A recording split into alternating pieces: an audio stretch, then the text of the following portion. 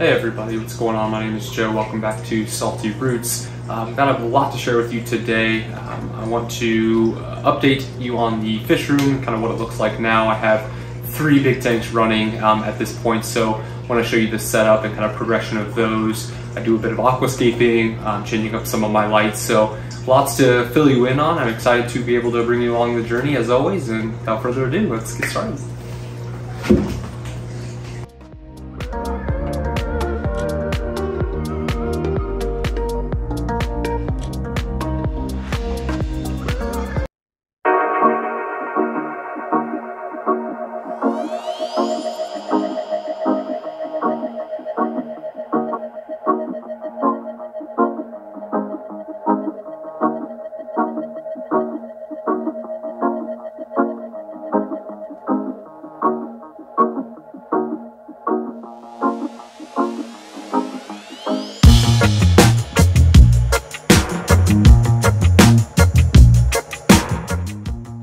So my strategy for aquascaping always has been try to find as many natural grooves that you can. That way the rocks just kind of fit nicely together the way they want to.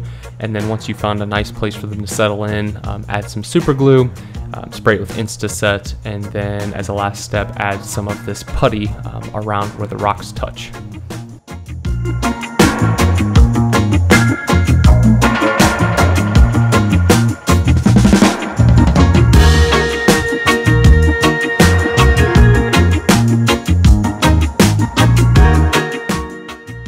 So obviously it's not always possible to aquascape outside of the water, but when you can, I highly recommend to do that. And then try to make, say, 1 to 3 total structures. The less, the better. That way, down the road, if you have to remove the rocks, which you like to think you won't have to, but things do happen, and it is just so much easier to lift out, say, 1 to 3 structures as opposed to breaking down the whole aquascape.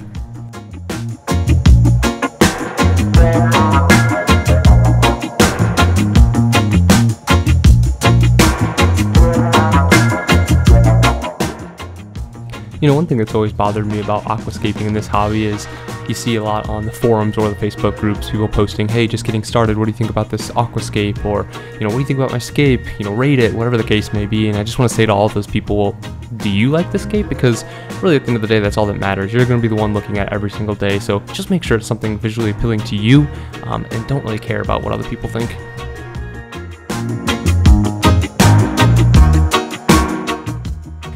I definitely like to keep some of this rubble rock around as, you know, bits and pieces fall off. That way, once you get an overall scape you like, you can go ahead and use that rubble rock to fill in, you know, various gaps, create complete caves or circles as you see here, and they just come in handy. So I definitely recommend keeping some of that rubble rock.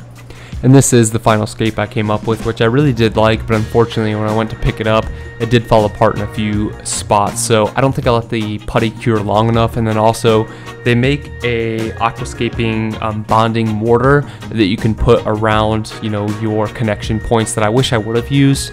Chose not to do that in this build, so I would recommend doing that in the future. Now that being said, I still had a few salvageable pieces left and an overall structure that I ended up being happy with.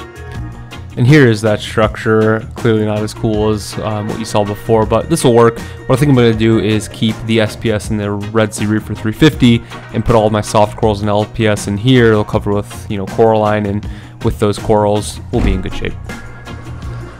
Doing a bit of a light shuffle today. I'm going to replace these Hydra 32s with my Radions. What I'm going to do is take these 2 Hydra 32s along with this 3rd one I have on the shelf and place them over the fish only tank. It's going to be at least starting out as fish only, but I will have 3 Hydra 32s over it if I decide to do maybe some easy soft corals down the road. So with that, I got this long arm when I purchased the Radions from the local reefer over in Zionsville.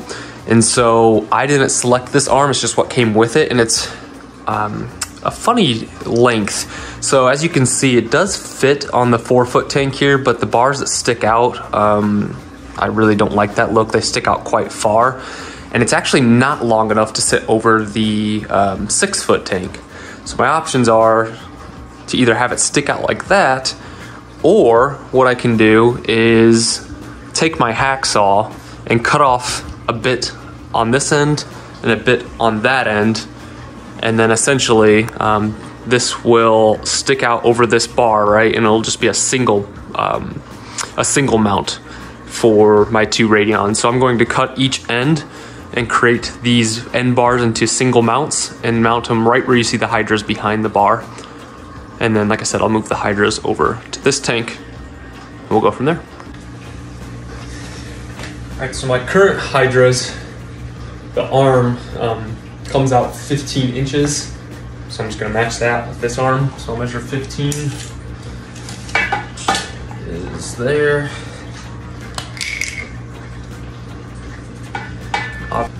Here goes nothing. Again, using a hacksaw. I don't really know any other tool to use, so we'll try this.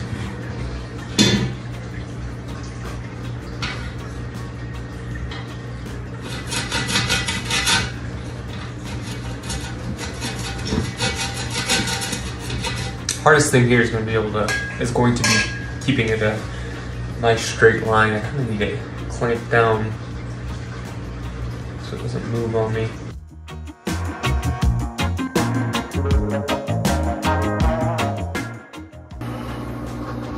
I'm gonna go at an angle there, which is not great. Again, I want it to be as straight as possible. It's kind of going at an angle. Not ideal.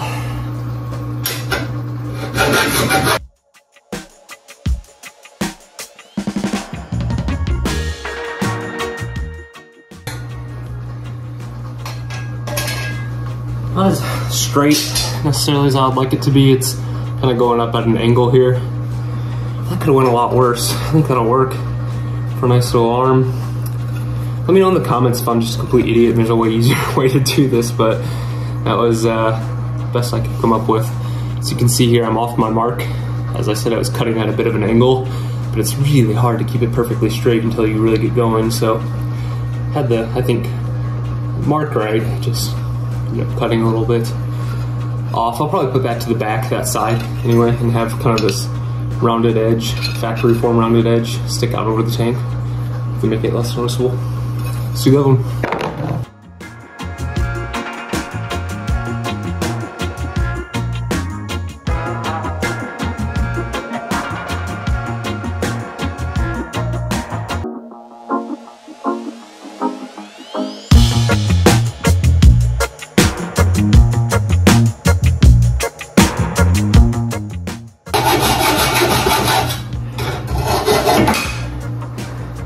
That one's a little better. A little bit. So with my 2 arms for the Radions. And the reason I cut these this way is because I went to Bulk Reef and looked up arms like to buy some single mounting arms. And it was just this. It was essentially just a shorter bar. So granted, I don't have the most beautiful cuts on the end, but essentially what I would have paid for is these. So I have them, didn't cost me any extra money, and we'll get them mounted. So good and bad news. The good news is, as you see here, the Radions fit perfectly on the Red Sea Reaper 350, but the Hydra 32s that I wanted to put on the 125, unfortunately the bracket of that single mounting arm did not fit over this rim of the aquarium. So of course I knew I could DIY something here. I grabbed some scrap wood. It was 3/4 inch wood, and I cut it into 2.5 inch wide posts essentially, and then drilled those to the back of the stand, had them come over just above the tank, and then put my Hydra 32 brackets on those. Of course the 3/4 inch wood's going to be a lot thinner than that rim of the aquarium, so it worked out just fine.